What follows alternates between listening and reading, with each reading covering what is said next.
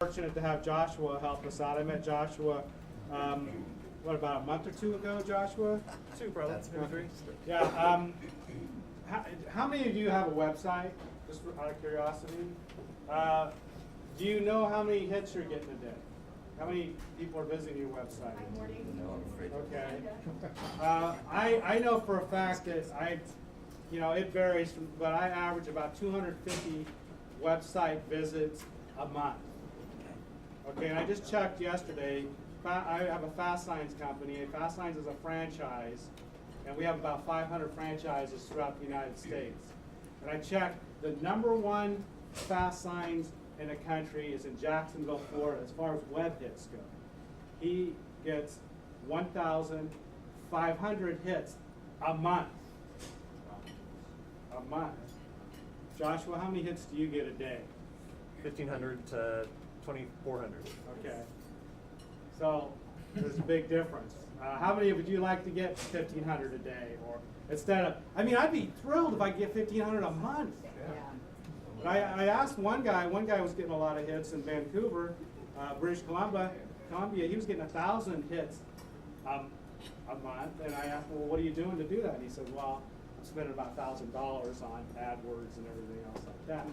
So we're going to talk a little bit about that. But we need to figure out, I don't know if you're going to be giving us ideas on how we can measure it or look at that. So I don't want to take any more time. We'll get right to it. First of all, I probably would say that you really need to take notes, because he's not going to be able to give you information about, he's going to probably give us information about sites where we go to learn how to do this. So, And if I get your emails, I'll send you an email with a resource list of some things I talk about. That would be great. So you can take notes if you want. You don't particularly have to. Okay, well, we'll turn the time over to Joshua. Everybody give him a hand. Thank you. So my name is Joshua Tucker, and I'm a recent move to Sacramento, so that's only a little bit relevant in the sense that historically I'm a medical massage therapist. So 14 years or so I've had various practices in various cities, and I moved to the Bay Area I just don't want to build another practice. I don't want to have an office and fill up with people, because I can't be mobile, I can't go do stuff, I can't go play if I have to have this office. So I transferred all my knowledge and experience into a website. And I just happened to fall across a particular system that I use. I'll talk about that today. I'm not particularly selling you on the platform I use, although I will be selling you on the ideas that it incorporates, which allows the websites to be effective. SBI is a company.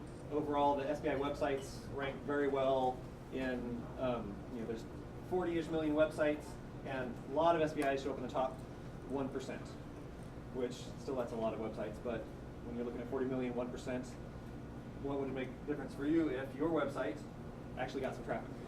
Because, let me see show of hands again. So who actually has a website? Okay, good. And how many people actually get traffic with their websites? Okay, good. And how much a month, give or take? Probably none for me. Not you. About 100, 150 a day. Okay. Cool. That's really good. So just throw out some numbers about how much traffic you're getting. 200 a week. 200 a week. Okay. I'm getting 20 a day. So I'm going to talk today about probably 2 of the 3 advertised. We're going to talk about keywords. We're going to talk about content. Social relevance may or may not get to today. It's a bigger conversation. But you all have a website, and there's things you can do to increase your visibility.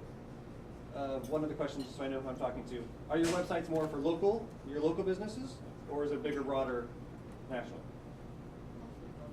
Mine's local. Very good. So that's one of the resources I can send you, is just various things you can do for local search. I'm going to show a few examples. We're going to show a couple different examples. It's a big, complex topic, so we're just going to go over some things, so get some visuals, and then we'll start chunking it down into how it really relates to you. So this right here is compete.com. You can put in any website or a couple websites and see their traffic statistics, basically. So you can put in 2 different websites and compare their traffic. This could be any website? That's going to be any website. Oh, And there's a variety of websites that do this kind of analytics, but this is the one I go to. If you're interested in your competition, what they're doing. Is it free? It is free, yes. Awesome. There's also a paid component, of course. Yeah, I like free or cheap stuff. That was one of the questions I want to ask. So people with websites, so how much So A, who has free websites? Like Google? And who pays money for the website? Okay. Okay. And about how much is that you pay? $90 a year. $90 a year. Okay. Okay. Now, when you say website, could you be also referring to a blog as well? Or is that different? I don't refer to blogs as a website. So again, there's all sorts of things we talk about. So blog and website. So blogs are, you put in a daily post. Successful blogs have active bloggers, meaning every day there's new content. So the draw of blogs is people like you. They like what you have to say, so they'll check in again tomorrow. And as long as you keep putting in website content, blog content, then they'll keep coming back.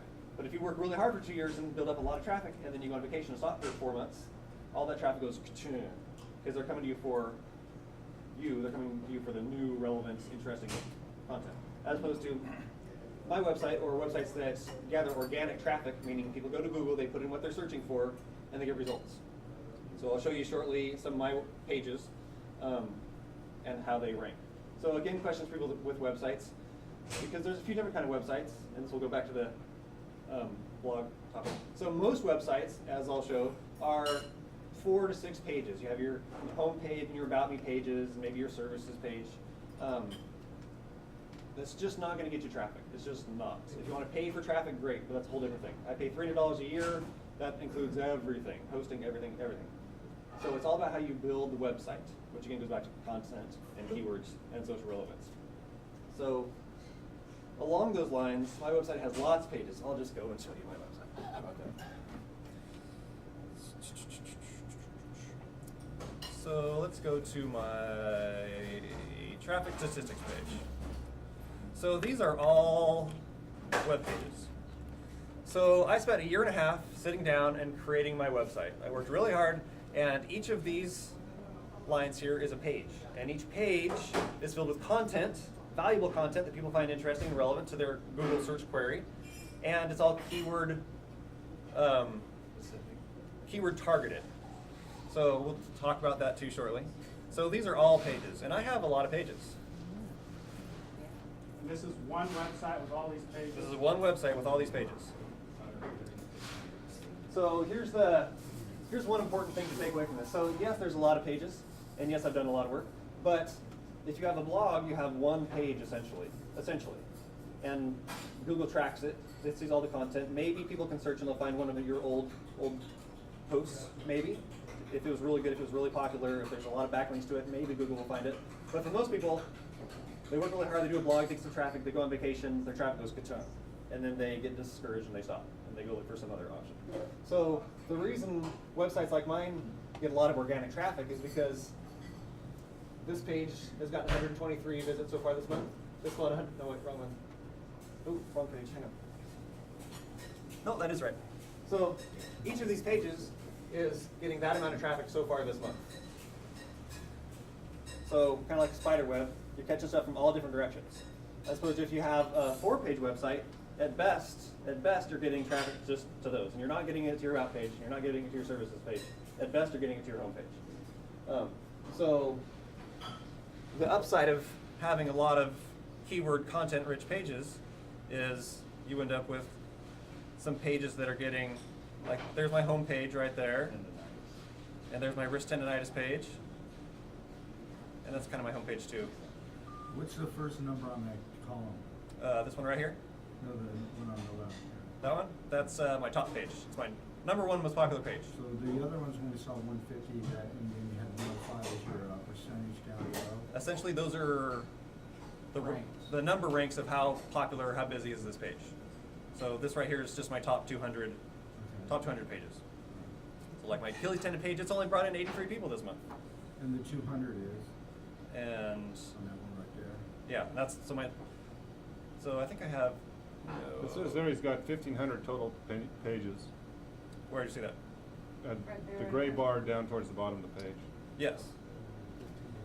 So I have about 300 pages like this. I have 300 actual content pages that I created, and then I have a lot more Q&A basically. So a user comes to my website, they put in a question, and I answer. So generally, my questions to my site, and every site's different, I get good questions like, here's my problem, here's what I got going on, can you help me? So then I get a long response. So it's a lot of content, which again we'll touch on. So anyway, point being, this particular system is as much content as you want to create. Probably 20% of these pages I didn't need to make, because there's a certain amount of learning curve for my first year and a half. So some of these I probably didn't make. I could have combined the keywords and made some of the pages more specific. Or, sorry, the opposite of that, a little more encompassing. But point being, you all have websites, and probably they've been SEO'd, whatever that means for you. But generally what that means is you paid somebody to put some keywords into your webpage that doesn't get you traffic. So let's look at Robbie's. So here's Robbie's website. Feel free to use me as an example. I'm totally going to use you as an example. And I'm going to because I know you want traffic. So, okay, so there's his website. So if you go to any website and you go to view and you look at the page source, you can see the keywords they're using. So if you have competition, you want to see what they're doing, you can go check them out. So if you do that for Robbie's site, that is his SEO right there. And I don't know if you do that. I don't know if Fast Signs does that, but I'm going to go ahead and assert that Fast Signs is not great at SEO. Yeah, even though I'm paying money to have it done. Yes, because for two reasons. So how Google reads things is that right there, that's a single keyword. Meaning, if somebody types that in, that's the first thing that Google looks for. What exactly does this person look for? Google makes its money by providing people exactly what they're looking for. Sometimes they're good at that, sometimes they're not. Well, just if you look at that top line where it says signs, banners, when you type in signs, banners, Sacramento, I usually show up like Yes. number one. Yes. So And I you're like to have it show up for everything, and that's one Yes, thing that shows and you're up. showing up number one because Google looks at your first keyword and goes, oh, nobody's typing that in. So then they start separating it out, and so then they'll combine Sacramento with whatever. So it's not like a horrible thing necessarily, it just depends on what kind of results you want. Because you do show up for signs in Sacramento and a couple other things in the top 10. But there's a lot of things you don't show up But for. is this based upon is this based on website information, or what happens if you put something a video on YouTube and you link it to your website, or you put the tag to your website? Will that help getting traffic? to It your does website? help. That comes under social relevance in the sense of backlinks. Okay. So let's say you create a video, you put it on your website, you put it on YouTube, and 100 websites go, I love that video, and they link to it. So Google goes, oh, there's a lot of traffic, there's a lot of relevance. It's not, and it's keyword in the sense that it's hooking you together, but it's not keyword search per se.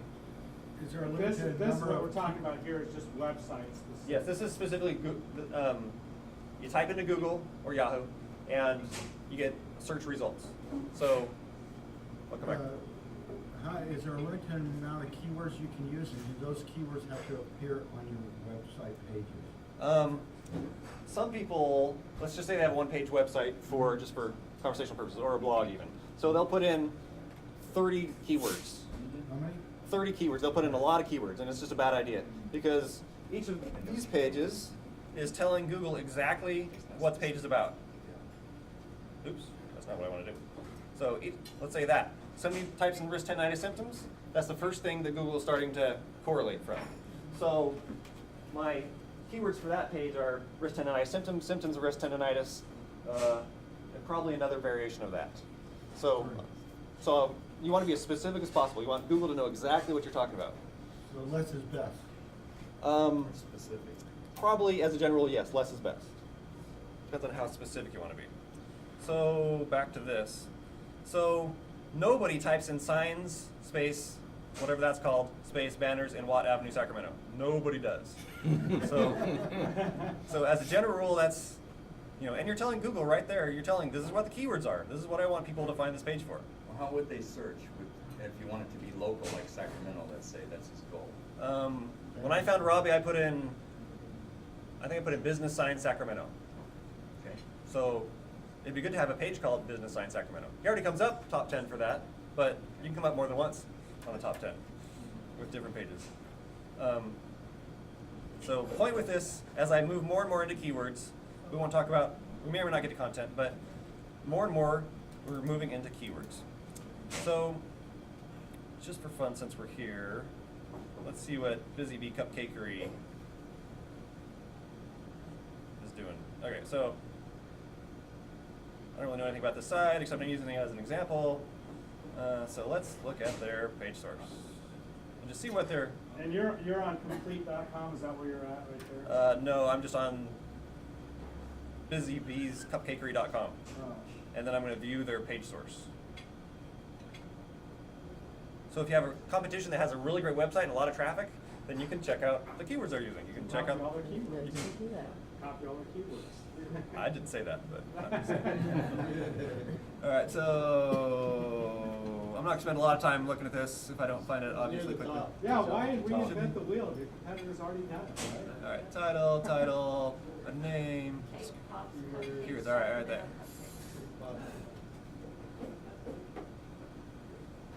Okay, so cake pops, cupcakes, Sacramento cupcakes. So it's the home page. So you're telling Google that's what my site is about. So that's probably not bad, assuming those are good keywords.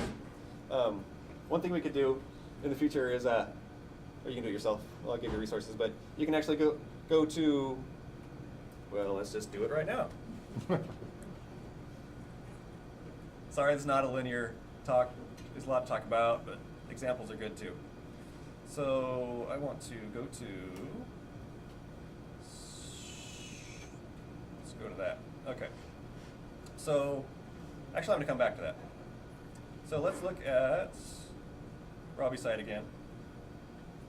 All right. So here's keywords in content. So Google looks at some meta tags like description and keywords, and they also look at your content, your page content. So fast signs for this website and their SEO, they're telling Google that, so sign and graphic consultation, delivery installation services, point to purchase posters, building identification sign, vehicle graphics. So let's see how those do. So here's the meat of keyword content or keyword selection. So point of purchase posters. Essentially, 16 people a month are looking for that keyword, and there's 13 websites providing it. Now, how totally exact that is kind of irrelevant. Overall, you want to look at a big number as a small number, and you want to look at the difference between demand, how many people are looking, and supply, what your competition is. So, for instance, vehicle graphics, there's approximately 5,000 people Googling vehicle graphics a month, and there's 22,195 websites that are supplying that keyword. So that's your competition. So you might not want to compete against 22,000. I think my main keyword tendinitis has 25,000.